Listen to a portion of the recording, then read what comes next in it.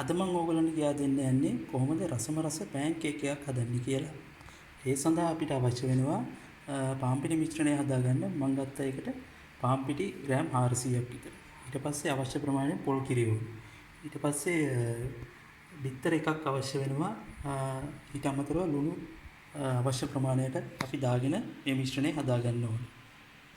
මේ ආකාරයට කලවම් කරන ගමන් මේකට බිත්තරයක් එකතු කරගන්න.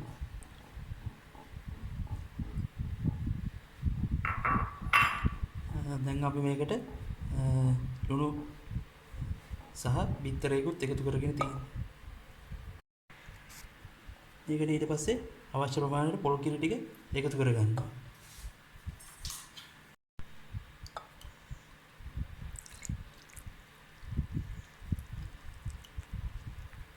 මේ ආකාරයට හොඳින් පොල් කිරි එකතු කරගෙන මේක කැටෙන්නේ නැති වෙන්න හොඳින් මිශ්‍ර කරගන්න ඕනේ. දැන් මේකට පොල් කිරි අපි අවශ්‍ය ප්‍රමාණයට දාලා තියෙන්නේ පොල් කිරි වතුරයි.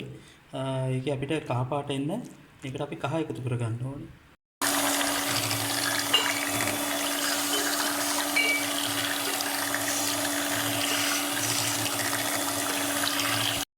දැන් මේ මිශ්‍රණය හොඳින් අපි මිශ්‍ර කරගෙන තින්නේ.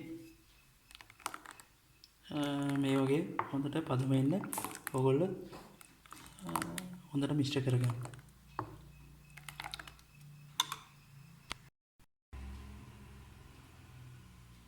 දැන් අපිට අවශ්‍ය පොල් පැණි මිශ්‍රණය හදාගන්න අපි අවශ්‍ය ටික තමයි මේ ගත්තේ. එතන සීනි තියෙනවා. සීනි මම ගත්ත ග්‍රෑම් 250ක් විතර. ඒක අවශ්‍ය ප්‍රමාණය යොදා ගන්න ඕගොල්ලෝ. ඊට අමතරව බෙදගත් මාදුරුයි කරදමුඟු ඇට දෙකකුයි මෙතන තියෙන එක බෙදලා හොඳින් කුඩු කරගෙන තින්නේ. ඊට අමතරව පොල් බෑයක පොල් ගත්තා මම මේ සඳහා. මේ පොල් බෑයක පොල් වලට අපි ලුණු මිශ්‍ර කරලා අවශ්‍ය ප්‍රමාණයට ලුණු දාලා තමයි ඒක හදාගෙන තින්නේ. මුලින්ම අපි මේ පොල් පැණි මිශ්‍රණය හදාගන්න අපිට සීනි කැරමල් කරගන්න ඕනේ. අපි සීනි මේ සැනි දෙකක් විතර දාලා අපි මුලින්ම සීනි ටිකක් කැරමල් කරගන්න ඕනේ. ඒකෙන් තමයි අපිට හොඳ පාටක් එන්නේ.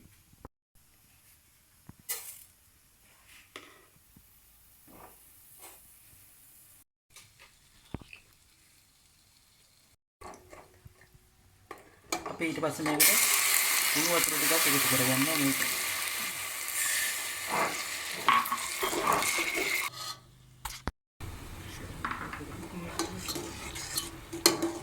දැන් මේ කැරමල් කරපු එක හොඳින් අපිට මේ හොඳින් දියවු පසු ඊටු සීනි ටික මේකට එකතු කරගන්න ඕනේ.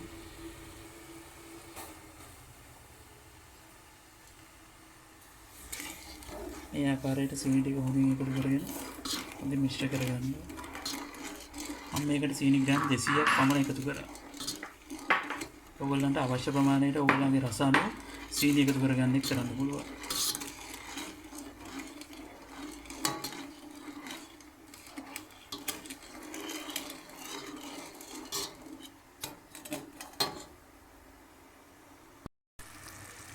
මේක හොඳින් මේ ආකාරයට දැන් මේ හොඳින් නටනවා අපි බලා ගන්න පුළුවන්. දැන් නටනකොට මේකට පොල් ටික එකතු කරගන්න ඕනේ. එකතු කරගෙන හොඳින් මිශ්‍ර කරගන්න ඕනේ. මම පොල් බෑයක පොල් මෙතන ගාලා තිනවා.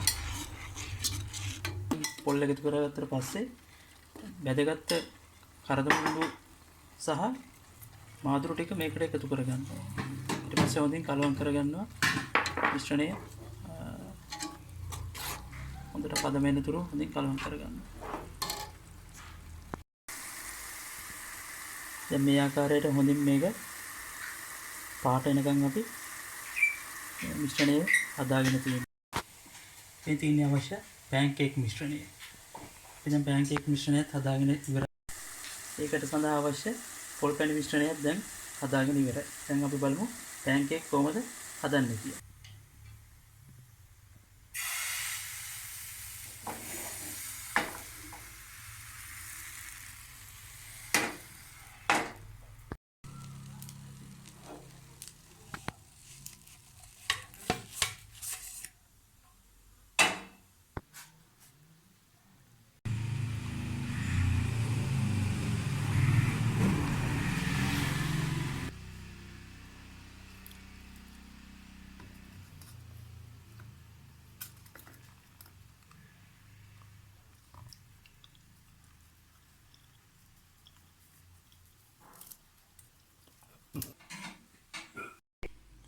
අපේ පෑන්කේක් ටික දැන් අපි හදාගෙන ඔක්කොම සියල්ල අවසానයි.